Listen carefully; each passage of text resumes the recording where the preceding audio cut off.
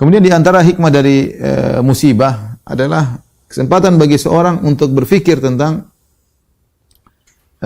kesalahan-kesalahannya, ya. Dia introspeksi kalau bahasa kita, introspeksi diri. Nah, tidak ada musibah mengenai dia kecuali dia punya kekurangannya.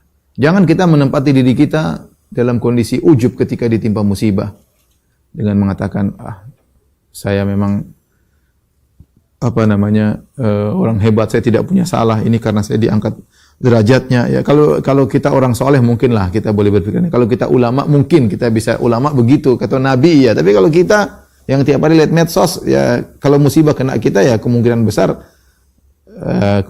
karena dosa-dosa kita, ya.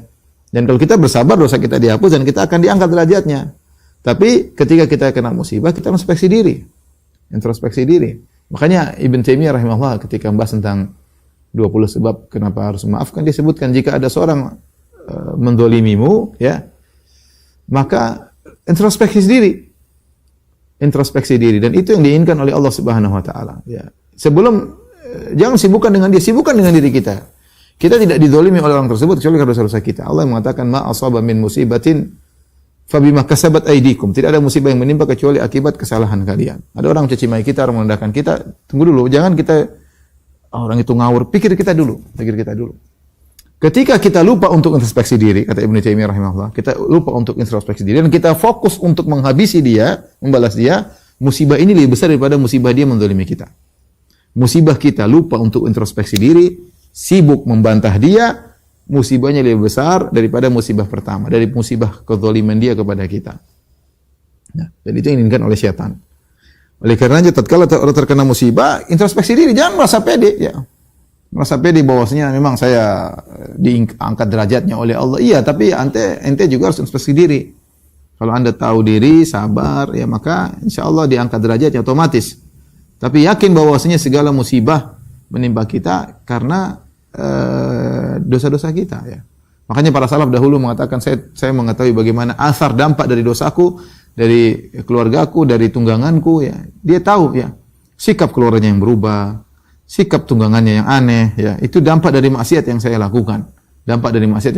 Bisa jadi saya katakan seorang laki pulang ke rumah, istrinya marah-marah melulu, dikasih duit nggak pernah puas, begini, nuntut banyak-banyak. Mungkin karena maksiat yang dilakukan, ya.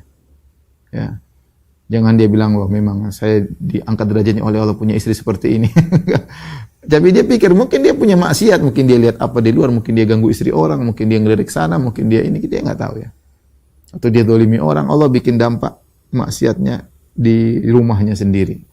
Maka seorang ketika terkena musibah, yang paling penting dia introspeksi diri. Dia buka lagi lembaran-lembaran masa lalunya, apa yang telah dia lakukan selama ini.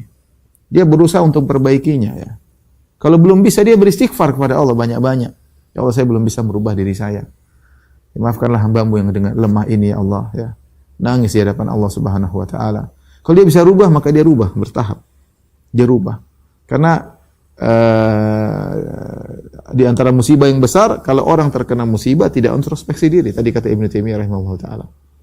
Ya, di antara musibah terbesar, seorang terkena musibah, dia tidak introspeksi diri, maka dia melemparkan segala sebabnya ke luar dirinya.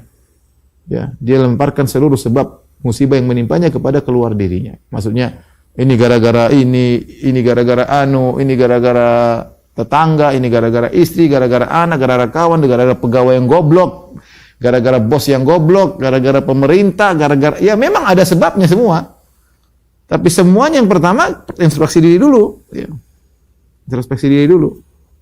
Ketika seorang lupa diri, kemudian melemparkan semua kesalahan kepada orang lain, maka itu musibah yang lebih besar daripada musibah yang sedang dia hadapi.